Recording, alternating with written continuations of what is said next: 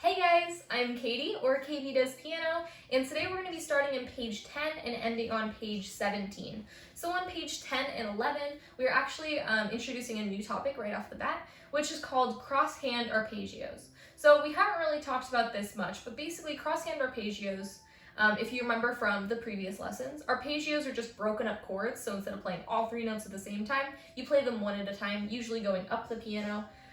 So crosshand arpeggio is basically just where you're playing those arpeggios on both hands, and then one of your hands is crossing over the other to play the octave highest note. So if you're doing a crosshand arpeggio in C, that means you're going to play a C chord arpeggio, another C chord arpeggio, and then you jump over and play a high C with your left hand, and then you just go back down. So you're going to be playing basically just crosshand arpeggios from C all the way until A minor. So you'll do every note except for B basically, and then you'll do the major and minor versions of both of that. So just remember the minor versions, you just drop your third fingers down a half step.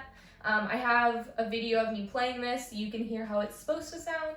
And then if you go ahead and turn the page, you've got another song which is reviewing more crosshand arpeggios. The only difference is that this song doesn't go down the piano, so it'll just end on that high note and then you go back to normal.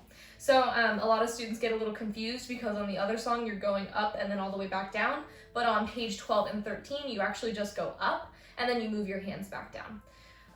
Also, there's one new topic called a tempo. So that basically just means you return to the original tempo of the piece. So basically somewhere in the song it'll say either like get faster, slow down, do something like that.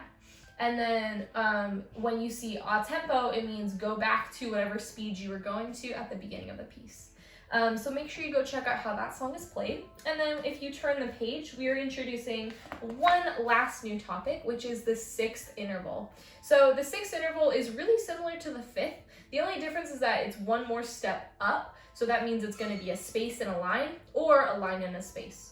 So basically, if it looks like a fifth, it's just like a tiny bit more apart, it's a sixth interval. So we've got a song on page 14 to review six intervals for you. And then we've got a song on page 15 that's going between fifth and sixth intervals. So you'll see on your left hand, it's just going between those two, so you can really see the difference of how it actually looks when it's written. And then on page 16, we've got one last song, which is just basically getting you more familiar with six intervals.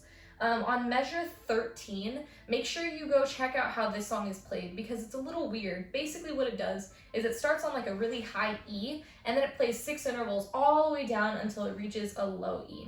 So that's basically it for this lesson. We covered through pages 10 through 17. And then make sure you go check out my playlist so you can hear how these songs are supposed to be played and where your hands are supposed to go and things. But that's it for this lesson. So I'll see you guys next time. Bye guys.